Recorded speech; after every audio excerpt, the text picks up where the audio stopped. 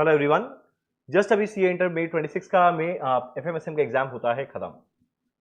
अब जो एफएम वाला पोर्शन है 50 मार्क, इस 50 मार्क के एसएम के अंदर एफएम के अंदर में जो एमसीक्यू वाला पार्ट था वो अभी जस्ट मैंने सॉल्व किया, मैं उसका आंसर भी डिस्कस करूंगा।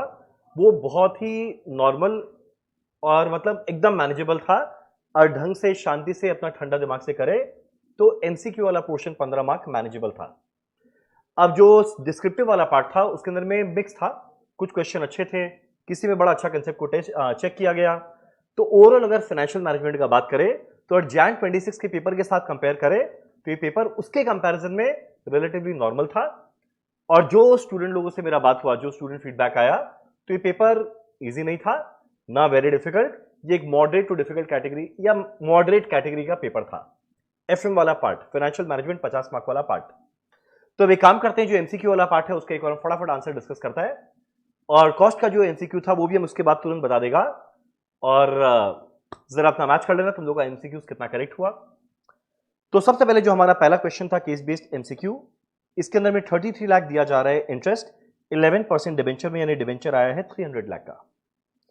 अब अगला 50 लाख है रिटेन्ड अर्निंग्स और डेट इक्विटी रेशियो 2:1 था। सो डिबेंचर अगर 300 है तो इक्विटी का वैल्यू 150 रहेगा, जिसमें रिटेन अर्निंग्स 50 है यानी बाकी इक्विटी 100 रहेगा। फेस वैल्यू दिया हुआ है हर एक शेयर का 10 रुपए। अब बीच में कोई काम का बात नहीं, यहां पे सीधा 3 करोड़ रुपए का और पैसा लेके आना है और सेम डेट इक्विटी रेशियो में लाना है यानी 2:1 में। सो 3 करोड़ को 2:1 में लेके आएंगे यानी डिबेंचर से 200 लाख, इक्विटी से 100 लाख। एडिशनल डिबेंचर का इंटरेस्ट रेट है 12%। ये था हमारा पहला पेज। अब आगे बोलता है मेरा आरओआई जो पहले 15% था ये 3% बढ़कर 18% हो जाएगा।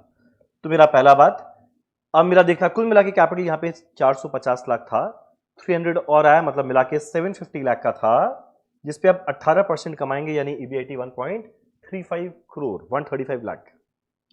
अब पहला निकालना है post tax weighted average cost of debenture. तो देखो डिबेंचर दो तरीका का हो गया, एक 11% 300 का, एक 12% 200 का। तो 11%, 12%, 300, 200 वेट आया। कॉस्ट निकाले, मेरा टैक्स रेट दिया हुआ है 30%, तो 11 into 1 minus t, 12 into 1 minus t, weight को कॉस्ट से मल्टीप्लाई करके वैक आया 7.98%। मेरा अगला equity share capital outstanding before additional fund. तो देखो बिफोर एडिशनल फंड में इक्विटी कितना था 100 लाख, तो आंसर क्या है 1 करोड़। मेरा total capital before and after क्या है, बिफोर में मैंने जस्ट निकाला 4.5 करोड़, आफ्टर में 3 करोड़ और जोड़ा तो 7.5, तो 450 लाख एंड 750 लाख। मेरा अगला क्वेश्चन नंबर 4, ईपीएस निकालना है कि मेरा आफ्टर एडिशनल फाइनेंसिंग ईपीएस क्या। तो देखो मैंने जस्ट अभी ईबीआईटी कैलकुलेट किया था 135 लाख। अब इंटरेस्ट हम लोग देने वाले हैं दोनों को, 300 का 11%, 200 का 12% मिलाकर 57 लाख। ईबीटी आया, टैक्स माइनस करते ही ईएटी आ गया, divided by number of equity shares. मेरा नंबर ऑफ इक्विटी शेयर्स कितना आएगा 200 लाख का इक्विटी और हर एक शेयर का फेस वैल्यू है 10 यानी 20 लाख। तो जैसे ही डिवाइड करेंगे 20 से मुझे ईपीएस आएगा 2.73। कितना परसेंट बढ़ा, तो पहले 4.5 करोड़ था जिसपे 15% कमाए, इंटरेस्ट भी खाली पहले वाले पे दिए, ईएटी आया, divided by number of share पहले खाली 100 लाख का था तो आएगा 13.04%। अब आगे एमपीएस निकालना है, जब मेरा पी रेशियो दिया हुआ है। अब एमपीएस कैसे आएगा, EPS into P ratio, EPS 2.73, P ratio 20 multiply करते आएगा 54.6। अब मेरा एक बड़ा सिंपल क्वेश्चन था मैनेजमेंट ऑफ रिसीवेबल्स का, जहां पे सेल वैल्यू दिया हुआ था, पीवी रेशियो दिया हुआ है 20%, मतलब वेरिएबल कॉस्ट 80%, कंट्रीब्यूशन आया, आगे कुछ नहीं है, टैक्स रेट दिया माइनस कर दी 80 मिल गया, सीधा अपॉर्चुनिटी कॉस्ट माइनस करेंगे। मेरे को निकालना है कितना इंक्रीमेंटल इन्वेस्टमेंट हुआ डेटर में। तो डेटर में ये आया वेरिएबल कॉस्ट कितना खर्चा लगा इंटू 35/360, यहां पे 20 लाख इंटू 10/360 कैलकुलेट करना है। यहां पे इन्वेस्टमेंट इन डेटर बढ़ा नहीं, कम हो गया, कितने का 1 लाख का, जिसपे 6% बचा है मतलब 6000। तो इन्वेस्टमेंट इन डेटर 1 लाख कम हो गया जिसपे 6000 रुपया बचा लिए।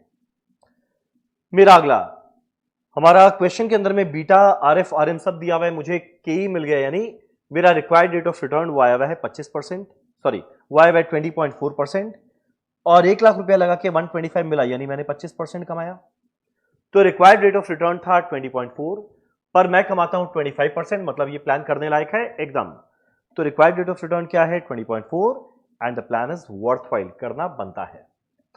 मेरा आखिरी एमसीक्यू था, जहां पे एक बड़ा सिंपल क्वेश्चन था, आईआरआर निकालना था। एनपीवी 16% में दिया हुआ है, 20% में दिया हुआ है, मुझे वो रेट निकालना है जब एनपीवी 0 रहेगा। मैंने इंटरपोलेशन लगाया, सॉल्व करते ही आंसर आया 18.62। क्या प्रोजेक्ट को एक्सेप्ट करें? देख, कॉस्ट ऑफ कैपिटल मतलब मेरा डीआरआर है 18.5 पर आया है 18.62, तो ऑब्वियसली एक्सेप्ट करेंगे।